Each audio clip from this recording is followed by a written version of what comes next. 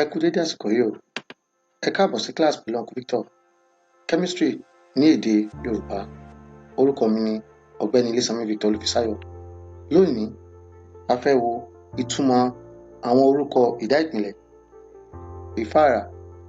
Àwọn ọ̀nà tí wọ́n gbà ṣe àṣàyàn orúkọ ìdá ìpìnlẹ̀. Àwọn orúkọ ìdá ìpìnlẹ̀ ni a rí láti orúkọ ilẹ̀, ìlú àbí agbègbè, àbí orúkọ àwọn akọni nínú ìmọ̀ ìjìnlẹ̀ sáyẹ́ǹsì. Wọ́n tún mú àwọn orúkọ wọ̀nyí láti orúkọ àwọn ìràwọ̀ ojú ọ̀run tí a mọ̀ sí planets. A tún mú àwọn orúkọ wọ̀nyí láti inú orúkọ àwọn òrìṣà àbí àwọn akọni ìtàn àtẹnudẹ́nu. Bẹ́ẹ̀ náà ni wọ́n tún mú wọn láti orúkọ àwọn òkúta àti àpèjúwe àmúyẹ àwọn ìdá ìpìnlẹ̀ wọ̀nyí. Ẹ jẹ́ ká wo àwọn ìdá ìpìnlẹ̀ tí a mú orúkọ wọn láti ìlú àbí agbègbè. Àpẹẹrẹ Californium láti ìlú California. Wọ́n sọ ní orúkọ ìlú California ní ilẹ̀ Amẹ́ríkà. Bẹ́ẹ̀ náà ni Americium, èyí tí a sọ lórúkọ Amẹ́ríkà. Bẹ́ẹ̀ náà ni Francium, orúkọ France. Polonium, Poland. Germanium láti orúkọ ìlú Germany àti Strontium láti ìlú Strontia. Àwọn ìdá ìpìnlẹ̀ tí a sọ ní orúkọ ìràwọ̀ ojú ọ̀run, fún àpẹẹrẹ Helium, ó túmọ̀ sí oòrùn ní èdè Gíríkì. Selenium túmọ̀ sí òṣùpá ní èdè Gíríkì. Àwọn kan a sọ pé Selenium yìí ó túmọ̀ sí orúkọ òrìṣà òṣùpá ní ilẹ̀ Gíríkì. Uranium, èyí ni a sọ ní orúkọ ìràwọ̀ ojú ọ̀run tí a mọ̀ sí Uranus, tí àwọn olóyìnbó ń pè ní Uranus. Mercury ní orúkọ ìràwọ̀ ojú ọ̀run Mercury. Palladium, wọ́n sọ ní orúkọ òkúta òfurufú tí àwọn olóyìnbó ń pè ní meteorites.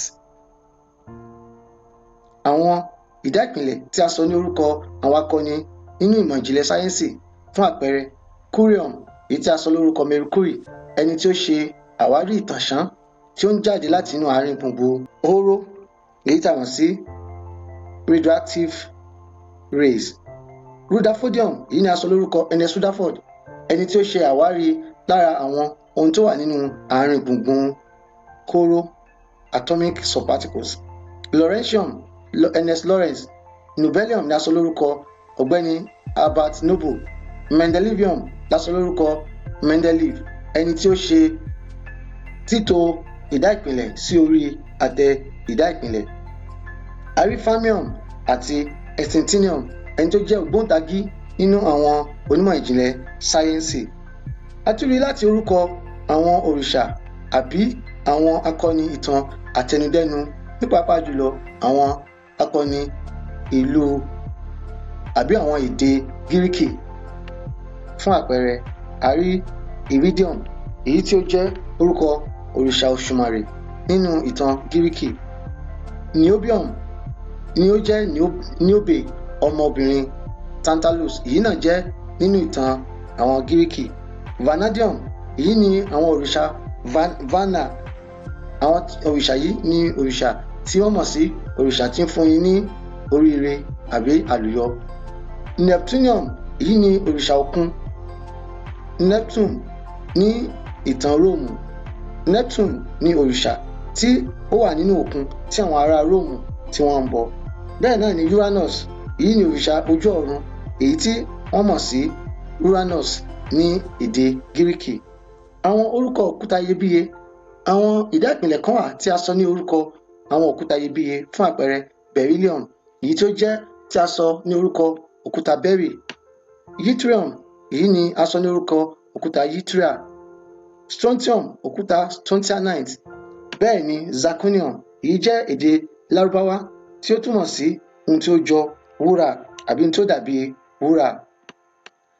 Lákòótán, a tún rí àwọn ìdá ìpìlẹ̀ tí a sọ lórúkọ gẹ́gẹ́ bí àpèjúwe àmúyẹ wọn. Fún àpẹẹrẹ hydrogen, èyí túmọ̀ sí aṣẹ̀dá omi, nítorí pé nígbà tí hydrogen bá dàpọ̀ mọ́ oxygen, á fún wa ní omi.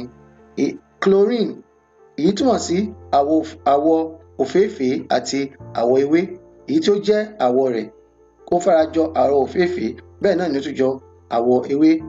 Oxygen, èyí túmọ̀ sí aṣẹ̀dá omi kan. Ní ayé àtijọ́, àwọn onímọ̀ ìjìnlẹ̀ sáyẹ́ǹsì wọ́n rò pé gbogbo ohun tí ó bá jẹ́ omi kan ni ó máa ń ní oxygen nínú, ṣùgbọ́n kò rí bẹ́ẹ̀. Sulfur ó túmọ̀ sí n tó ń jóná, bẹ́ẹ̀ ni toxin túmọ̀ sí òkúta wúwo. A ò ní rí jù báyìí lọ lórí ètò wa fún ti òní.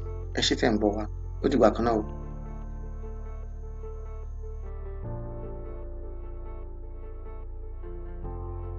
Ẹ jẹ́ ká tún